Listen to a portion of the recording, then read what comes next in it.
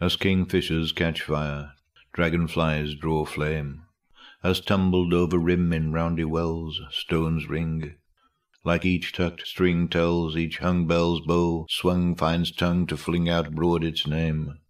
Each mortal thing does one thing and the same, deals out that being indoors each one dwells, selves goes itself, myself it speaks and spells, crying what I do is me, for that I came.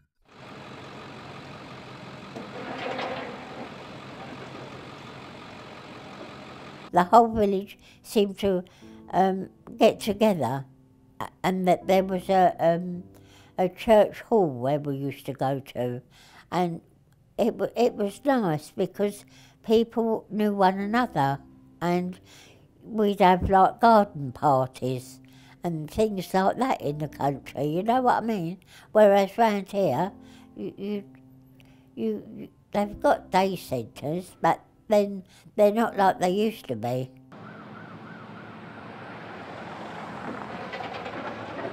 Yes! That's a resistant statement.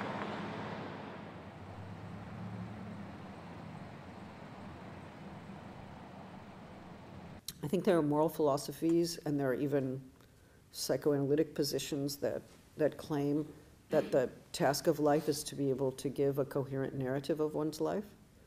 And I've never thought that was true. I don't strive for coherence.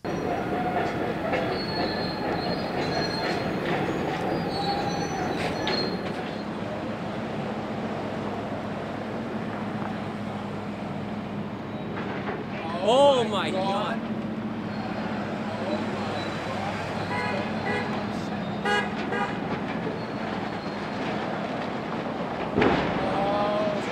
Dr. Asimov, most people, when they think about the future, try to reach out to the year 2000. Let's try 500 years from now. What kind of planet do you see? One of two, depending on what happens by the year 2000. If by the year 2000 we have not solved the problems that face us today, then I would say 500 years we'll see a world containing a technological civilization in ruins.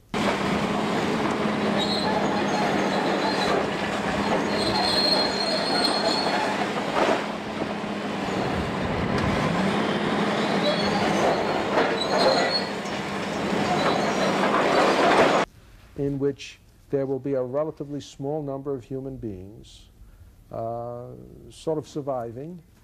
I'm very at peace with being unintegrated. I think the club of the unintegrated is a large and lively one. I'm always welcoming my friends to the club of the unintegrated.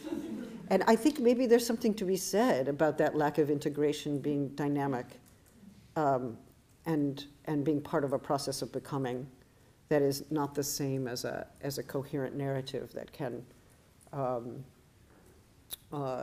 make sense of a life in a single way.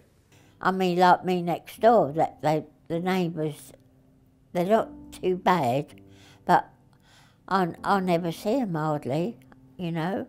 I mean, when we had the houses, you could stand at the street door, people would come by, they would stop talking to you and all that, but now you don't know who your neighbours are. You could go home from work, and when you came home from work, you came into a pre-industrial society in many respects. You had your parents around, and you had your grandparents around, and you had several generations all intermingled with each other. People were not that concerned with making money off each other. They didn't invest in their family, they didn't buy ideas. They lived a real community life, however much it was undergoing decay. And even though you had a radio set that could hold you in the house no less than a television set could today, people wanted to go outside and communicate with each other. They had developed the habits of discourse, they had developed the habits of intercourse, which came from another age. So that when you went home from your factory, which was a realm of capitalist production, or if you went home from your office, which was a realm of business and commerce, you could still come into an intimate realm of personal life, of social life, of neighborhood life. And that realm, as it were, was a place where you recreated yourself through support systems. I don't mean a place of recreation. I mean a place of recreation, reproducing yourself and your personality. And through this intimate contact, it was possible to become a stronger individual even though you lived in a more collective environment. Okay, I'll see you soon. These statues were all made by the Guarani in the 1700s, made by Indians in the 1700s at Jesuit settlements in the western part of the state. And that says the Guarani War from 1753 to 1756. If you guys have never seen the movie The Mission, you should watch The Mission. Robert De Niro, Jeremy Irons, absolutely fantastic. That takes place during this time. The Spanish and the Portuguese came to some deal. Basically, the Enlightenment nobles of the time managed to cut the church out of their geopolitical dealings, and as soon as they were free of the church, the Spanish went and killed off their Guarani, and the Portuguese went off and killed their Guarani. And these missions were these magnificent, you can see some of the photos of the brickwork there. They're still ruins to this day. Magnificent cities, garden cities, with high culture, high art. The armies of Spain and Portugal went after these towns and destroyed them all. So if you watch the movie The Mission, you can see what happened in Paraguay on the Spanish side. The same thing happened in the open plains of the Portuguese side.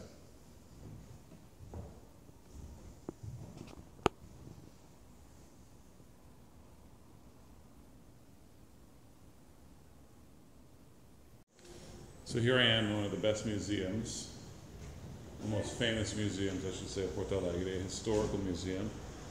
Some cannons and some pieces of military history. There are statues here that are nearly 400 years old. Just out in the open, anyone can touch them. Relics of 200-year-old wars, but mostly emptiness.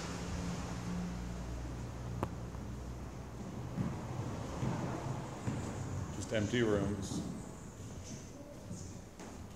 Much like the library that we visited recently.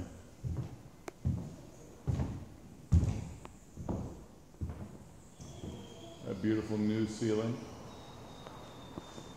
These museums are all free. Free to use, paid for by the taxpayer, and always empty. The big problem I think most of us really confront, or at least the problem that I usually encounter, is the fact that people feel disempowered. History has taken a very nasty turn, and let's be frank about it. We have gone from a world, how far back depends upon how far back you want to look. I can even go back to the 1930s, where people felt they had control over their lives. You lived in neighborhoods, you lived in fairly extended families. Even if you lived in a city like New York, and certainly also in San Francisco, you had richly articulated neighborhoods. You had very strong mutualistic support systems. We hung out on the corners of our candy stores, which were our public fora, where we could have discussions of all kinds, whether they were personal or political. There was, when I was younger, a very intense political life. It isn't so much that television has brought people into the house and kept taking them out of the streets. It's that even if people at that time, or let's say more particularly now, wanted to go out in the streets, they wouldn't know what to find. That's the problem. We have an enormous amount of corporate centralization, an enormous amount of state centralization, an enormous amount of gigantism, a tremendous amount of homogenization, and not only because of television. What's really interesting to think about is that the more the government has gotten involved in taking over and supporting these places, the more evident that Brazil's prosperity, you know, Brazilians have been lifted out of poverty in unprecedented numbers, but what poverty is, and what the last 50, 60, 80 years have been, modern life and its indignities strike certain places more harshly than others. So we look around a country like Brazil and we compare it to how it was in 1990 or 1980 or 1960. If we succeed in solving our problems today, then 500 years now we can well be living in a kind of utopia, a world with a relatively small population, carefully husbanding their resources, with a working colony on the moon and perhaps on Mars, reaching out to the entire solar system, taking advantage of advances in technology we now can't even imagine, living under conditions which, when they look back on the present, they will be horrified and wonder how we could have survived.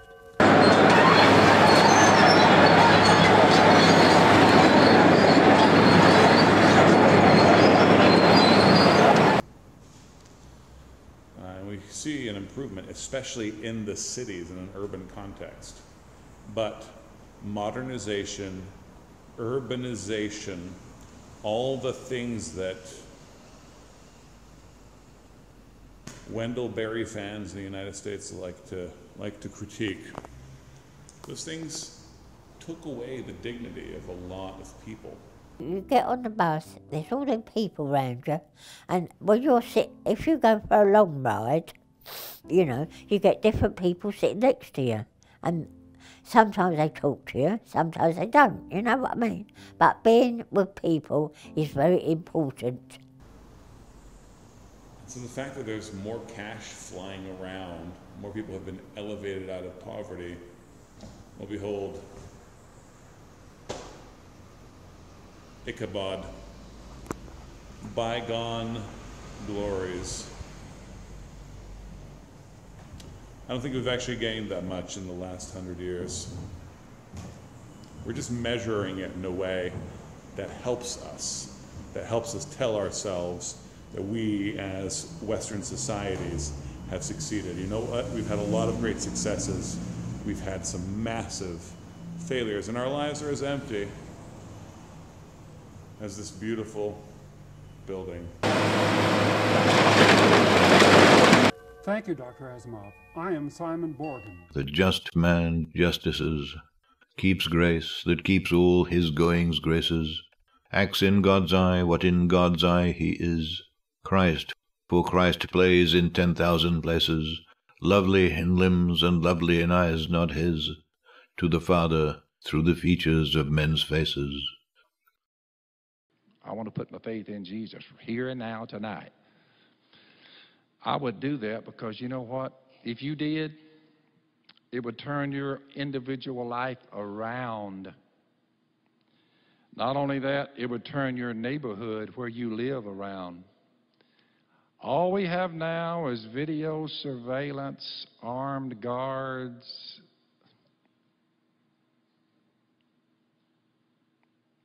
It'll turn your neighborhood around if we loved each other in our neighborhood. It really would. It would turn your county around. It would turn your city around.